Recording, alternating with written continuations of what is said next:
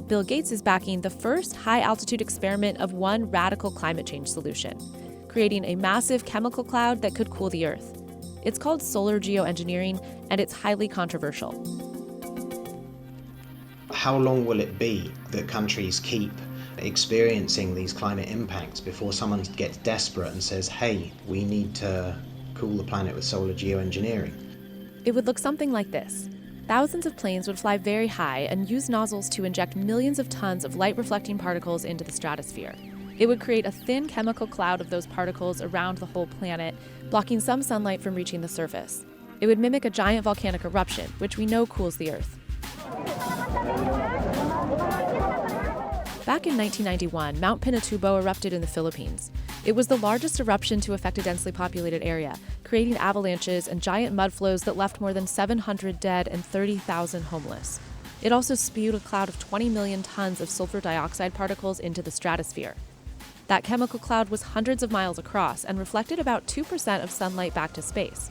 And in 1992, the Earth was cooler than in 1991.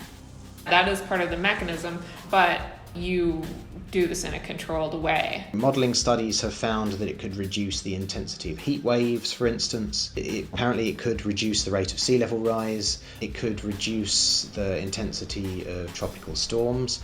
But it also comes with significant risks and uncertainties. Things like mass famine, mass flooding, drought, of kinds that will affect very large populations. It could weaken monsoons in India, China, and Africa enough to affect crops. It could eradicate blue sky. You start increasing the amount of diffuse light and you have less direct light, which is the same thing as saying it looks hazy and white. And if the global community decides it should stop? So you stop injecting it, and after a year, the cloud is gone, and you get this rapid warming at a rate much faster than you would get if we had done nothing. If you've taken out the greenhouse gases that are adding to the warming, then the temperature won't go up, it'll stay what it is. So if we don't stop emitting greenhouse gases into the atmosphere, we don't try as hard as we can to do that, then there's no point in doing solar geoengineering. A 2016 opinion poll conducted by the Harvard group doing solar geoengineering research found that 67% of subjects support its use. One reason this technology is appealing, it's cheap. One study estimates it would cost an average of $2.25 billion globally every year for the first 15 years of deployment. Compare that to the $500 billion the U.S. government estimates it will cost just the U.S. by 2100 if no action is taken against climate change. Or the $1.6 to $3.8 trillion projected global spending by 2050 on low-carbon energy production. You can also compare it to direct air carbon capturing, another climate change solution backed by Bill Gates and by big oil. It involves sucking billions of tons of carbon out of the air. And at $100 to $200 a ton, it could be big business.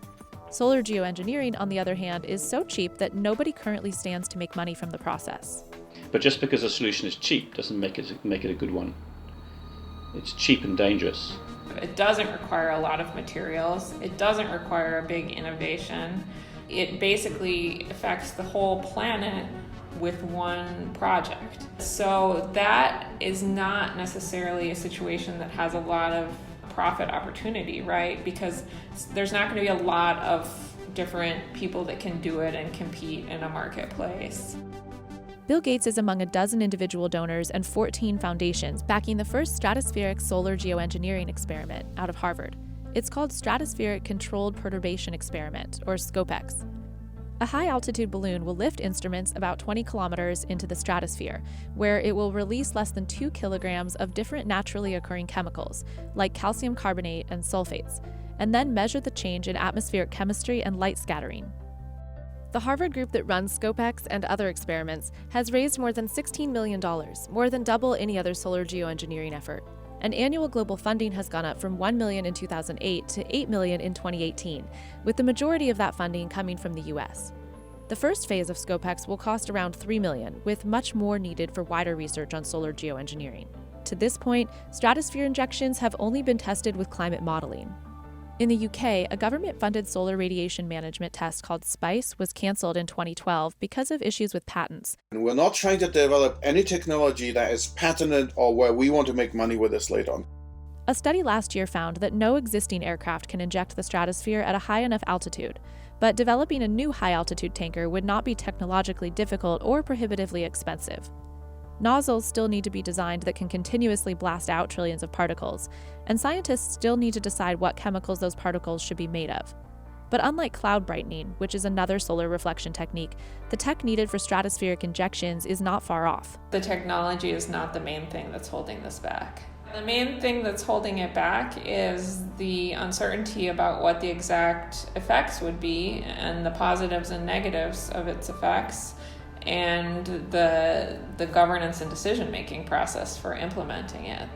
Other radical attempts to control climate change have been tested in the past, like when one California businessman dumped 100 tons of iron dust in the Pacific to spawn the growth of carbon-absorbing plankton. But unlike small, sometimes rogue experiments, planet-wide solar geoengineering will require buy-in from the international community. In our simulations we found China got warmer and drier relative to the past when you stabilized global temperature, and India was now cooler and wetter. So you can see there how, international relations around using this technology could become complicated. I mean, we can't even decide on what to do about emissions of greenhouse gases. And so how are we going to decide on setting the planetary thermostat?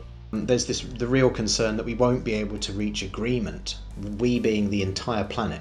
And so there's the prospect that countries just go ahead and do solar geoengineering, and that causes disagreement, conflict, tension, even possibly war. 3 years ago, the international community did come together when almost 200 countries signed the Paris Agreement on climate change, agreeing to limit global temperature rise to less than 2 degrees Celsius. Since then, President Trump has stated his intent to withdraw from the agreement. The Paris Climate Accord is simply the latest example of Washington entering into an agreement that disadvantages the United States. And global emissions are not being reduced fast enough to reach these goals.